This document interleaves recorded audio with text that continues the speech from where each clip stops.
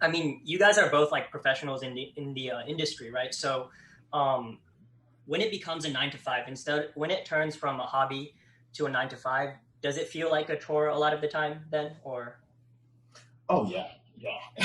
I mean, to me, it feels like a job. It feels. I mean, I've had regular jobs before, and doing comics kind of feels like that. The only time it doesn't feel like a job is when you're in the creative, like thinking about it. When Doug and I are throwing ideas back and forth, that's the funnest part. That's awesome. And then it's just work. And then after you're finished with the work, when you show up at a convention, oh, it's awesome. And it's, for me, I'd say 90% of it is still a blast for me. Okay. Yeah. I still love it. Like, I mean, it's writing a script, trying to figure out, how a page is going to break down, working with Brian and other artists. All of that stuff is a blast. There's 10% of it, though, where I'm pounding my head on the desk because it's not coming. The words aren't coming to me. Or Brian and I are stuck in a rut and we can't figure out an answer to a question. Those days I hate. Those suck. But 90% of the time, I still love it. I love every second of it. Cool. Do you guys ever face criticism, like from people online or whatever? Like...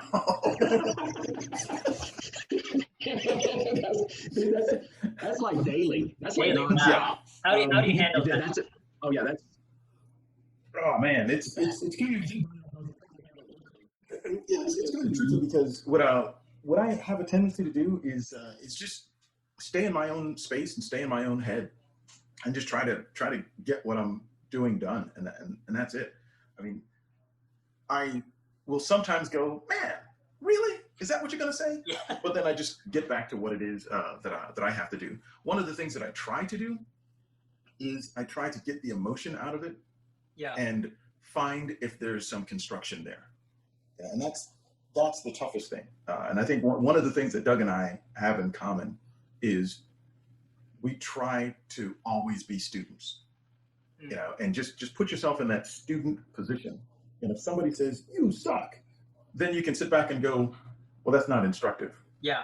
I mean, if you're criticizing me, you're my instructor. And if you say you suck, sort of your mama's a whore, then I can't really do anything about that. Right.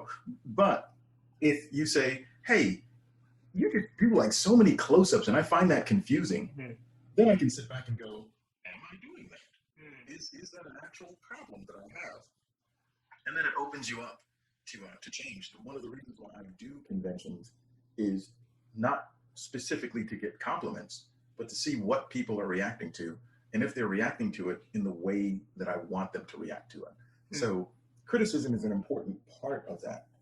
But the toughest thing, especially if you're an artist or a writer, your ego is made of like light bulb glass. So you've got to be careful not to immediately just kind of go on the defense. Yeah. I totally get what you mean. Like for these video podcasts, even like I'll have people like typing some pretty harsh stuff, and I'm like, man, I spent like 4 or 5 hours on this, and like you're writing this stuff to me, man. But I totally get it. Yeah. Well, Doug, how do you deal with that? Yeah, very similar. Like I'm a Brian. I have a tendency to stay in my own space, but if I am getting criticism, because sometimes you can't avoid it, right? I mean, they're going to hit you in the face with it. I'm a Brian. Like first thing, try to take your emotion out of it and see if there's something you can learn from it, become better at your craft. And then Brian, you'll know this very well. Like sometimes I'll get a piece of criticism and go, like Brian said, man, do I do too many close-ups? Do I use the same word too often? And so find the people you trust. And Brian, for me, is one of those people I trust, and I can call him and go, hey, Brian, do you think I use the word however too often? Like, is that a problem? And so Brian, will be, and I know I can trust Brian. I know he's going to be straight with me and blunt, and that's what you need as a creative. And Brian will be like, you know what? I think you did. You might want to back off on that. And that's a learning moment. Gotcha. Yeah. Brian's like, who told you that? That's garbage. And you're like, okay, then I get this message. So you have to find your people you trust that can help you through that sometimes. Yeah, and I think it's important to try to separate, because there's criticism, which I think is a good thing, and it's an important thing. But then there are people that I often refer to them as giant killers, where you've made it, you're doing something, and because you've made it and you're doing something, they just want to take you down. And it's this thing of like, well, I don't feel like doing something, and it makes me feel bad that you're doing something. Right. So what I'm going to do is I'm going to drag you back into the pack. You won't be one of the people that escapes, because I feel better about not doing something if I can come down on you for doing something. And I think that's what a lot of just straight up negative criticism is. But it's a good idea to kind of go, is this criticism that I can use, or is this just a person with a giant killer mentality? Right. Yeah, I mean, it's kind of sad to think about, you know, like why do people do this? But I guess like humans, you know, are kind of like that. Oh yeah, yeah. Oh. And I think what you just said is kind of a foundation.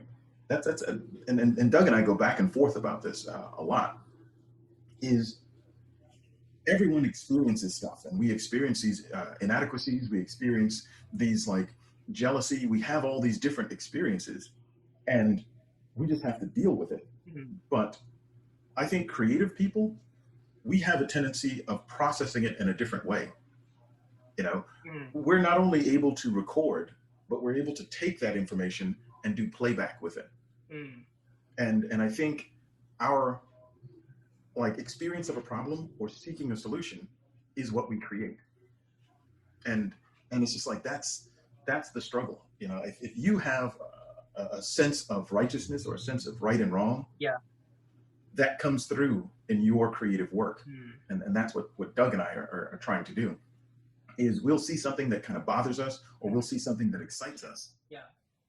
And somehow we'll shift that into the metaphor of a story.